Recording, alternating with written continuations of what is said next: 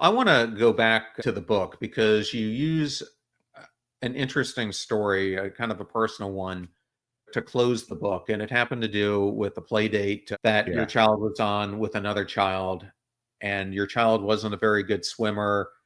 This other family ends up on this play date taking him to this pool party without kind of telling you. And I've been through this with my kids as well, that the kid goes on a play date. Next thing you know, they're doing something completely different than you thought they were going to do. And then in your scenario, you can't get in touch with the parents. Why did you, maybe you can talk more Yeah. about this scenario, but why did you choose to use this as the ending point?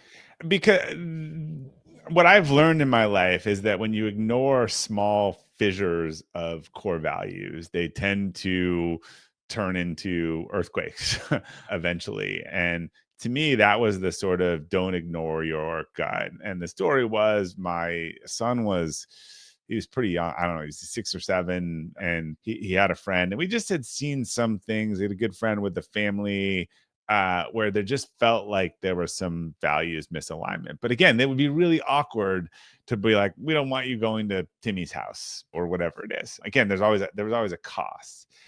And they had gone somewhere for the day, and like he just started to swim, and we knew like these folks were big drinkers and hung out with people who were partiers, and they said, oh, we're going to this, without kind of asking us, which I would have done. We're going to playing at our house to going to this pool party at this house. And I'm thinking like, I don't want my kid like there's adults drinking here. We're not watching him. He's not a really good swimmer. This is not a situation. And I would have never put another parent in that situation. Again, that's just not a values alignment. And we couldn't get in touch with them. And I regretted making the decision. We couldn't get in touch with them for an hour. Like we couldn't get in touch with anyone. And we were absolutely panicked. And I was so mad at myself.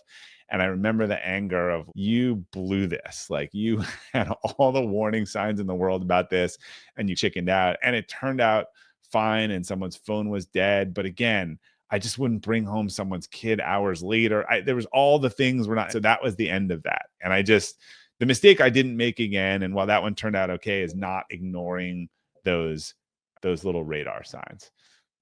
I had a scenario like this when my s- eldest child was in middle school. We were living in Austin, Texas. So it was during the time I was at Dell, and he got really into gaming, and they would do these parties where they bring their own computer screen, and they would play war games. Yeah. And I dropped him off. I had not really met this parent before. He was the CEO of a fairly large tech company, Mm. but something just didn't feel right. And so I tried to get a hold of him. First, my son, then the parent. I couldn't get in touch with either one. So I decided to drive back to the house. And you know how much testosterone is going on with a bunch of Yeah. middle school kids, especially if they're playing Call of Duty. And he lets me back into the house. And since I had left, the whole island of his kitchen had semi-automatic weapons, pistols, Real one. knives, and other things just laid out with ammo just sitting there. And I was just like, "What in the world are you doing?" And the Um, parent was home? and the parent was home. Wow. And to bring it out at that time, given what the kids were doing and everything else, I remember my son was so angry at me for making him leave, and there were some repercussions for him with those friends. But how improper for a person to do that without asking the parents of the kids if it was okay. And like I said, they don't come without costs, and that's why people don't make these decisions. And you don't get any credit for making it when the stream's going the same way. That's what I Yeah. said before. When your value is free speech and everyone's a free speech thing, you don't get credit. It's when, someone says something that you really disagree with and you stand up for the free speech, even though you disagree, that's when you get credit.